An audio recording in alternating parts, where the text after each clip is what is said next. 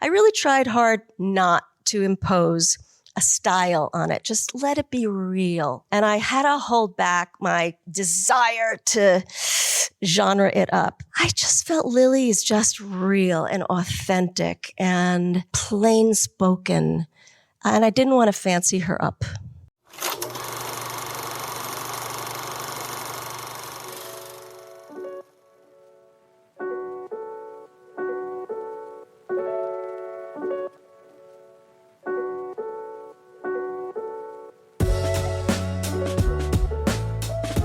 Hello, and welcome back to The Director's Cut, brought to you by the Directors Guild of America. In this episode, a courageous factory worker fights for equal pay in director Rachel Feldman's drama, Lilly. Based on the true story of Lilly Ledbetter, the film follows a factory worker who discovers her company has been paying her half of what her male colleagues receive.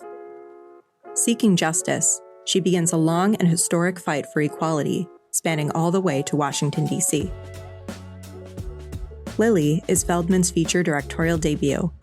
Her other credits include episodes of Criminal Minds, Blue Bloods, The Rookie, Lizzie McGuire, Sisters, and Picket Fences. Following a screening of the film at the DGA Theater in Los Angeles, Feldman spoke with director Amber Sealey about filming Lilly. Listen on for their spoiler-filled conversation.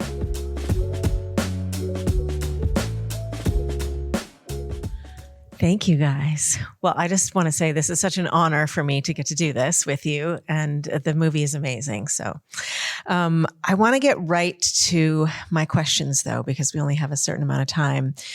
The first thing that I am just so struck, watching the movie again with the audience was so powerful, and just hearing the gasps and the claps and the, it feels very timely. And I can tell even in the audience, it's an emotional watch because the lessons are, we're still living through these same struggles. But one thing that occurred to me was that the process that Lilly went through in her life, you went through a really similar process in terms of getting this movie made. And it sounds like it maybe took around the same amount of time. So I wondered if you could kind of speak to that, in parallel, just what it was like, the struggle from start, the idea to here now on the release, and kind of if you ever noticed those comparisons about Lilly's journey and your journey to making the film. Of course. First of all, hi, everybody. Thank you for being here on a Sunday afternoon.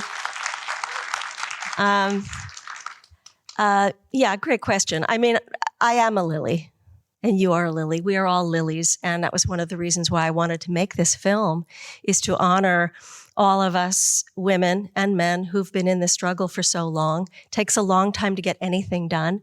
When I first reached out to Lilly to get her rights, and there's a beautiful book as well, Grace and Grit, first thing she said to me is, it's going to take a long time.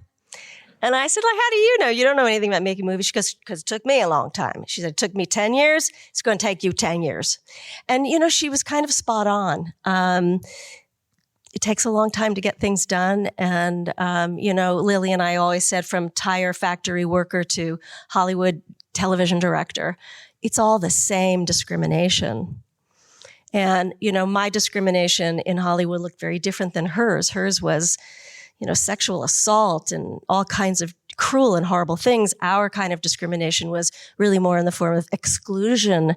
When I first came to Hollywood, less than 1% of the film and television being directed was being done by women. It wasn't that long ago. And so it's very gratifying to see in the arc of my own personal life how things have changed. And then again, not so much. Like in episodic television, we have done pretty well, but in features, we're still at 8% or something. But it's a long arc. And yes, historically, we're in a strange place again. The thing about being a mature person is that you see the ebbs and flows of how life works. And hopefully it will get better for women directors, and it will get better for women in every industry. Yeah. I felt watching it that just sort of seeing in real time the judicial process that she had to go through, both in the lower courts, then in the Supreme Court, and then in terms of getting the Fair Pay Act passed. Can you talk a little bit about how Well, for in terms of your life, what you learned about the legal process and how it impacted your understanding of the legal process that we're in. I mean, we're in a very different administration than when her act was passed. I just wondered if you could sort of talk about what that was like for you, sort of, seeing in real time what really happens in the courts and the effect that it has on all of us. I think I'm not a fact-based person. This is the only story I've ever written that was based on a quotidian life and a real life. I'm much more interested in genre. So this was a real, a step apart for me, just in terms of creatively. And most of that might be because I just don't love facts and figures. I like my imagination. I want to take a story and dramatize it. I don't really want to stick to the truth, which is one of the reasons why I took a co-writer to keep me honest. What year did this happen and what was the law? And I'm not an academic. I'm not a policy person. I'm a super feeler. That's my job, is to feel things. So the thing that I really learned in a very profound way is to see all the people, the attorneys, the people who work on policy every single day, who have making the lives of American citizens as good as they can be, and that they work at this day in and day out. And that's really what I've learned, is that there are great people in our country doing great things. So it also gives me faith in this moment that there are smart people who are working behind the scenes to try to make what's happening as less as as little as possible. So I don't know that I've learned a lot about government. What I've learned you see on the screen, and it's a civics lesson. But I wasn't interested in the civics lesson, and I wasn't even drawn to make this movie because of fair pay per se. I was drawn to make the film about this extraordinary character, Lilly Ledbetter, who made this transformation in her life. And I'm interested in transformation and women's transformation. And she was such an incredible example of how an aggrieved worker turned into the voice of action. And that's the story I was interested in telling. So it sounds like you're saying that what interested you was her tenacity. Was that and that's kind of my question, is what was it that interested you about her? Because that's really interesting, that if you weren't interested in the politics or even the legality, what was it about her specifically that drew you in? I first saw her speak, like many of you did, 2008 on television at the DNC. And I'm embarrassed to say at this point, I didn't know who she was at that moment. I had not heard her name before. But I saw this, bleach blonde Alabama grandma talk about gender equity in front of millions of Americans. And it touched me. I had a physiological response. I had one of those gut things that people talk about. When I grabbed Carl, my husband's shoulder, and I said, "This is a movie. This is Erin Brockovich. This is Norma Ray. This is How Green Was My Valley. I've got to find out about this woman." And I reached out to her the very next day. I don't remember how I got her number, but I reached out to her the very next day.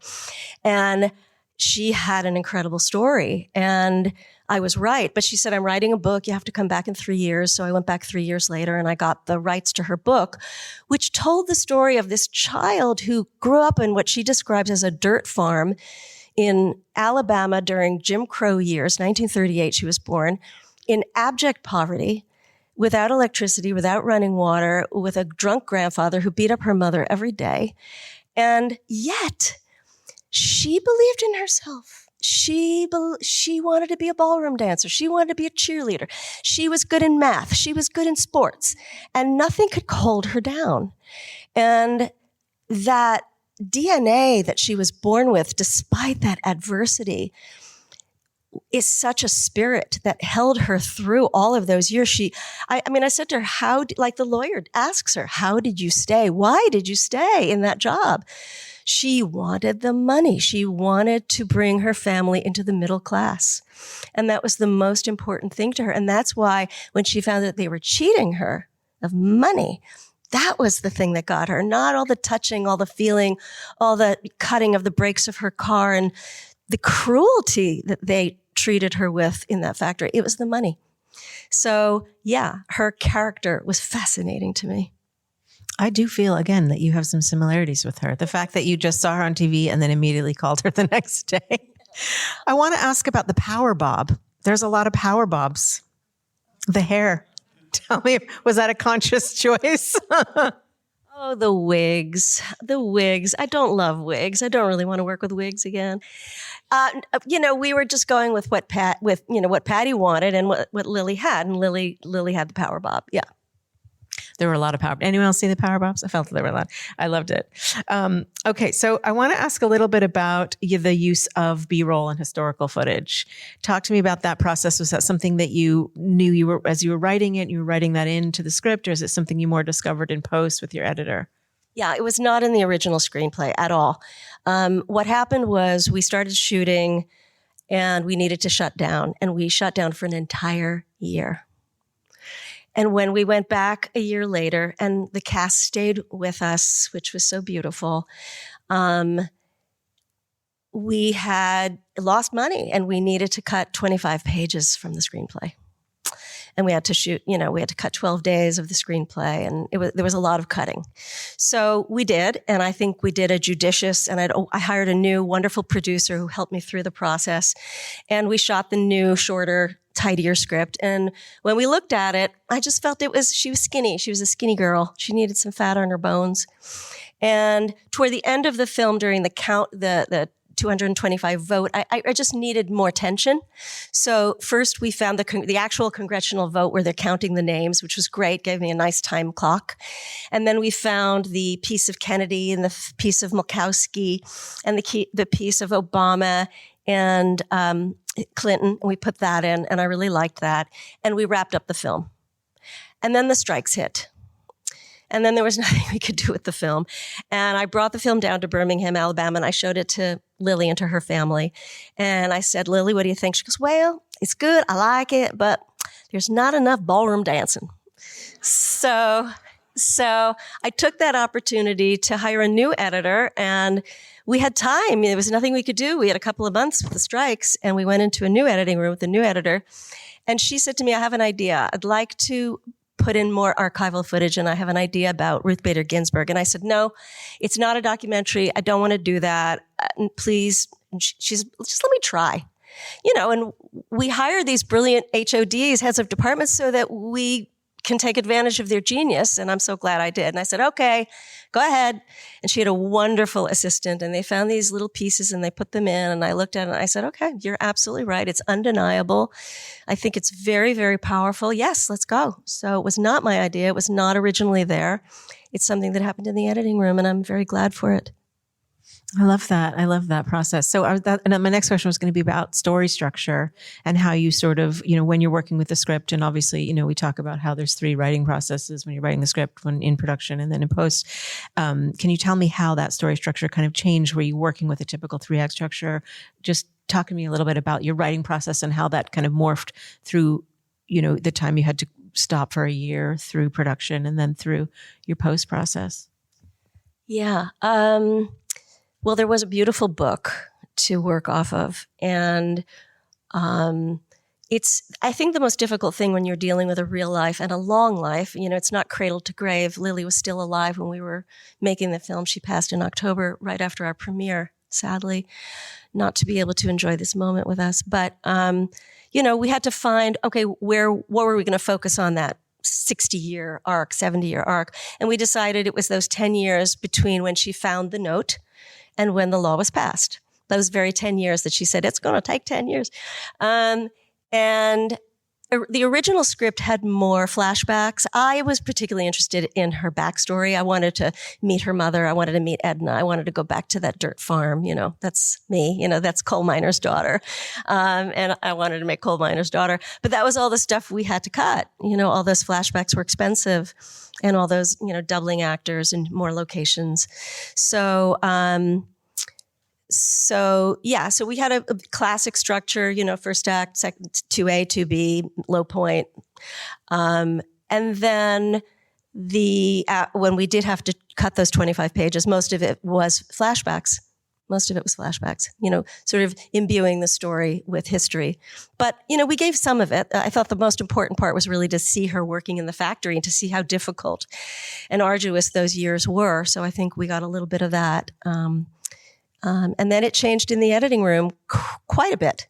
quite a bit, which was a surprise to me as someone who's worked in television for 30 years. And I'm so used to, shooting my episode, having 4 fabulous days with brilliant editors who know the show. And then the next time you see it is on television, right? So this was and people, all of my feature friends would say, there's this other process. No. It's going to be the script, believe me. But yeah, it's true. It's true. And it's wonderful. As a purely features director, I'm just like, oh my God.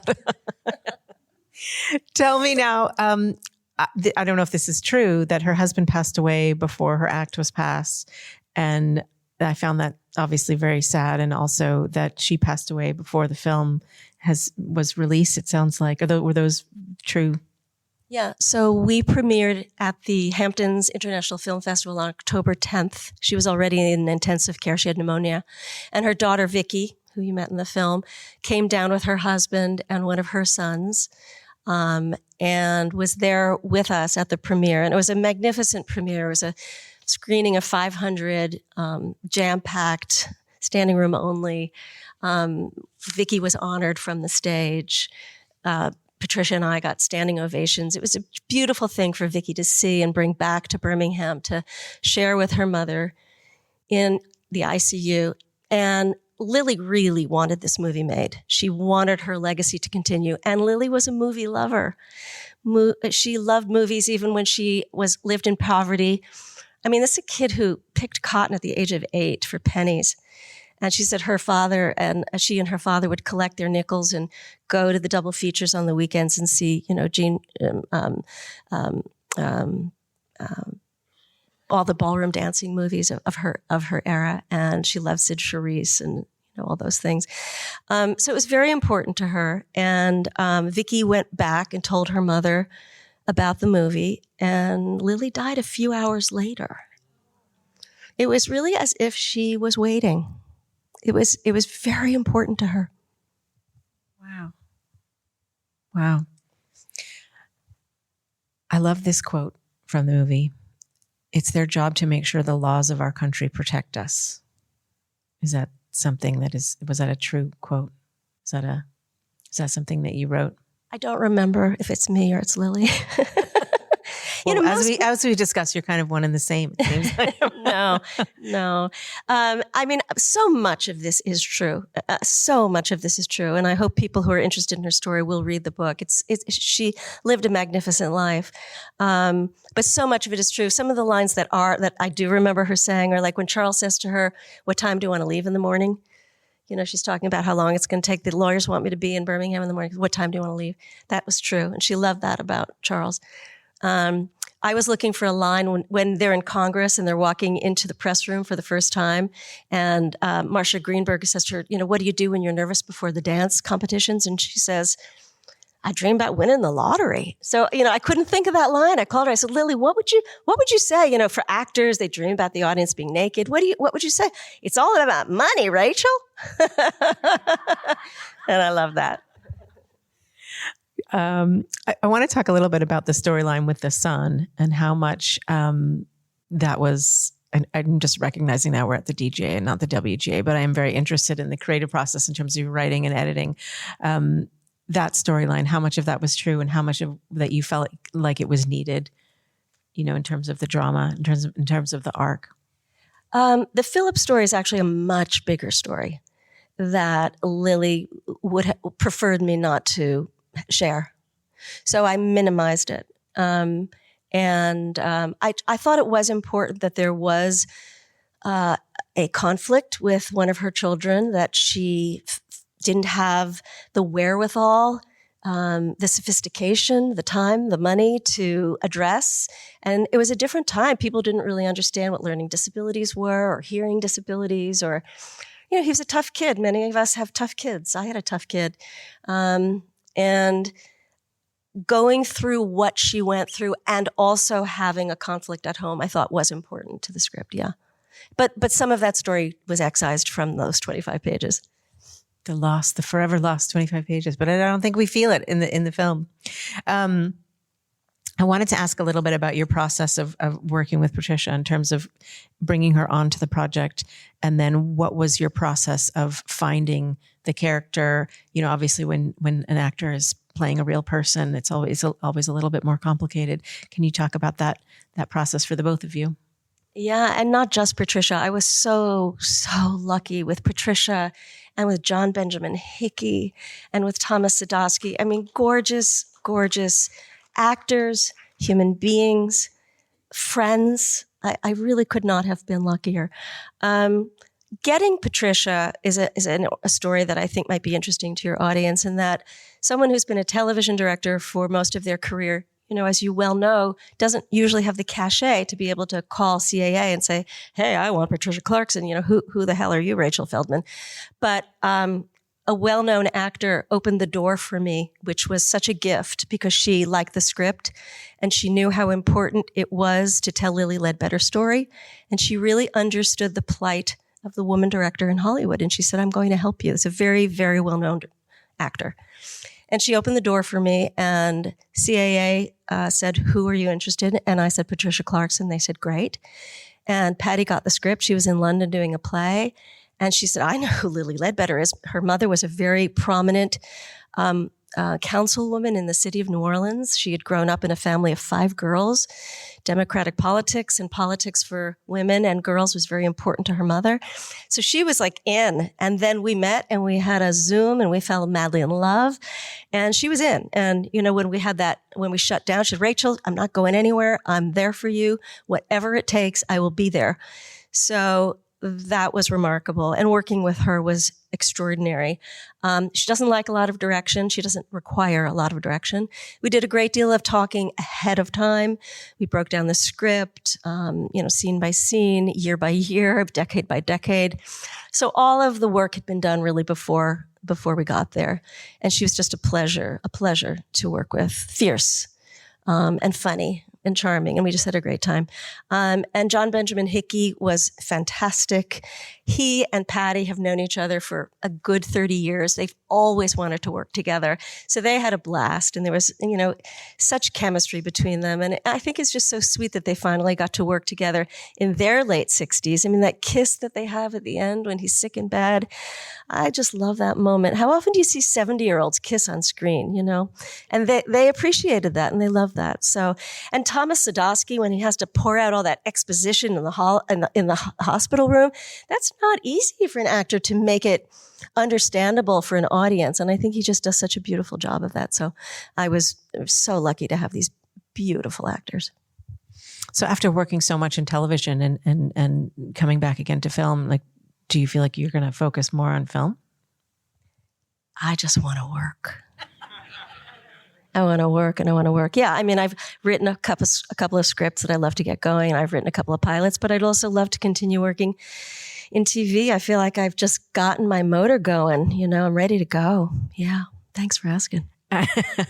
As we have shared a DP, and so it was really fun for me to get to watch that. Your work with Noah.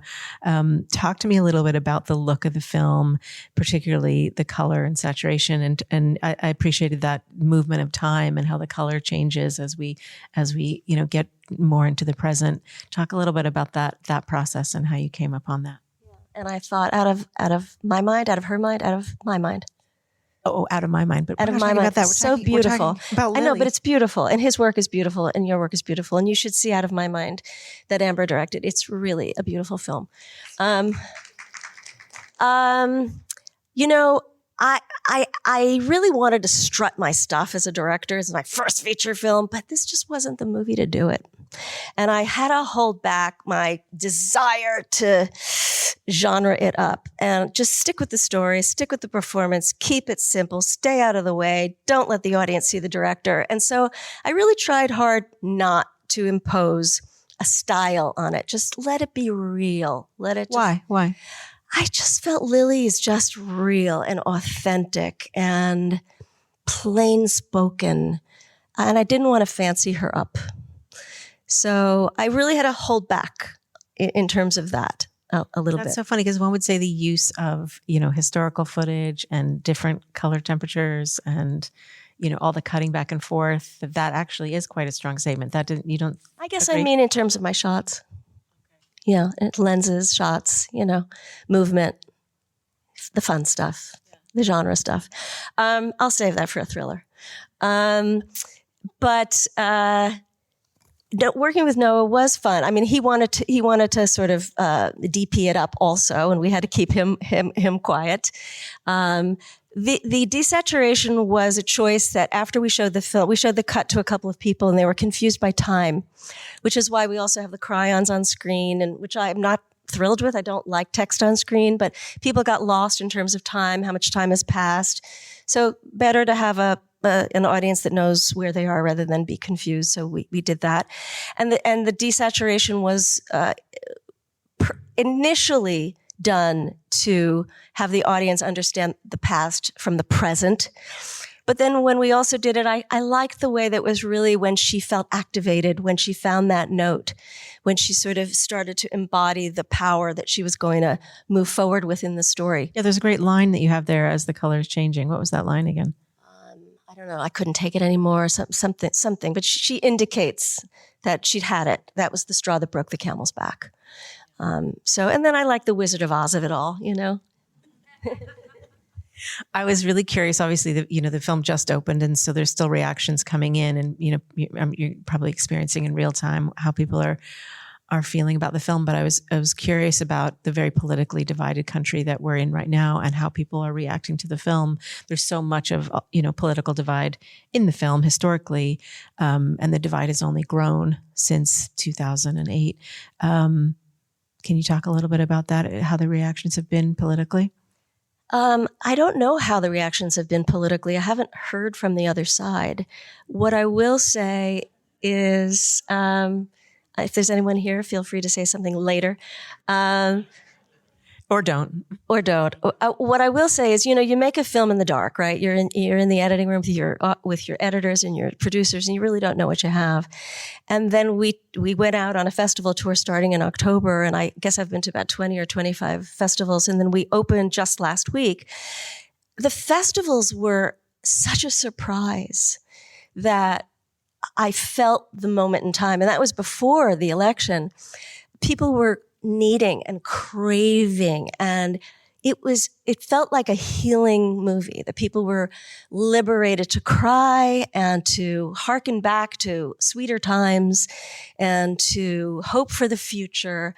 So the festival tour has just been a love fest. I mean, so that's really what I'm coming off of, and it's nice to be in a love fest when you've struggled so hard. I mean, it took me 17 years to get this movie made, so it's been an arduous struggle on my side.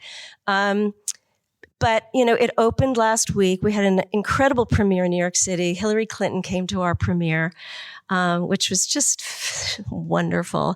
And we've had a couple of great reviews, and we've had a couple of terrible reviews. And, as everyone gets. And that's a new thing to know. And, Patty keeps saying, don't read them. Don't read a review. So, John Benjamin Hickey agrees, don't read reviews. Look, we live in a divided country, and I think the movie is healing and positive and needed for a lot of people, and I'm very happy about that.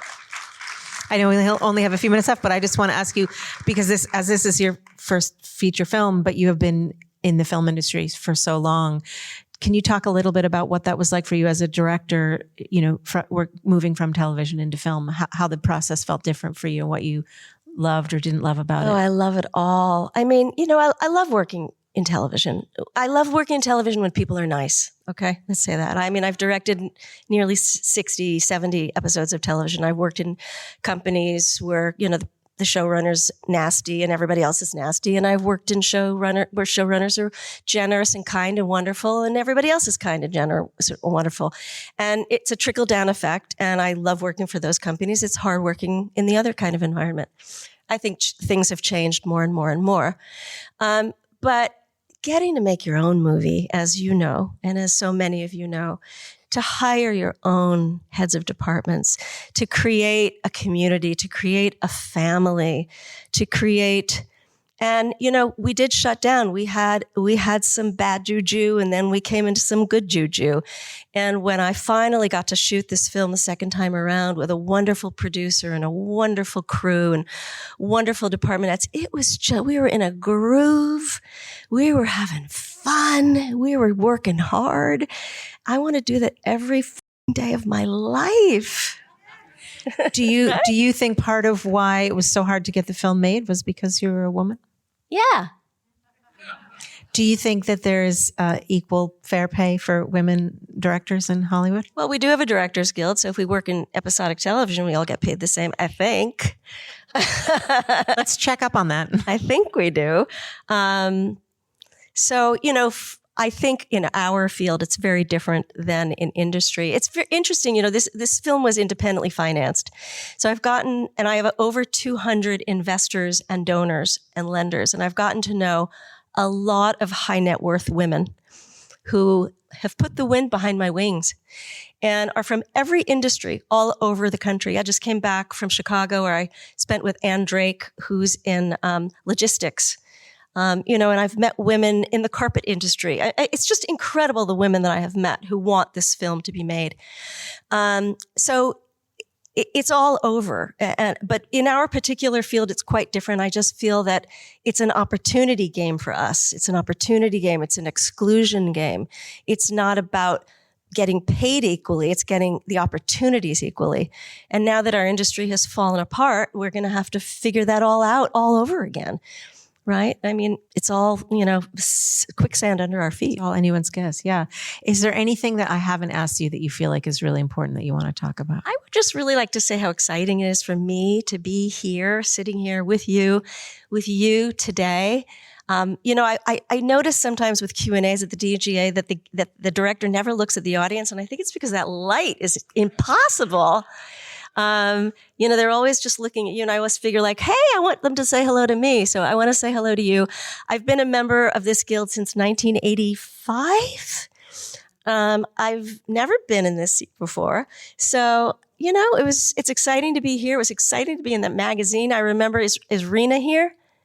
Rena's not here. I remember all those years ago when I first started going to Women's Steering Committee meetings, and there were like five of us sometimes. And, we'd look at the magazine month after month, and it was man, because there are the headshots, man. And there wasn't one woman's face. And we used to go to the meetings and count, 0. And then over the decades, there'd be 1, 2, 0. So it's just nice, really nice for me to be in the magazine this month. And I want to just thank you all very much for coming today to see Lilly and be with me. It is an honor. Thank you guys. Thank you so much. Thank you, Rachel Feldman, for your film, your beautiful work. Thank you. Thanks for listening to another DGA Q&A. The Director's Cut is available wherever you listen to podcasts. And please share, subscribe, rate, and review. We'd love to hear your feedback, and you can help fellow film buffs find the show. Thanks again for listening, and we'll see you next time. This podcast is produced by the Directors Guild of America.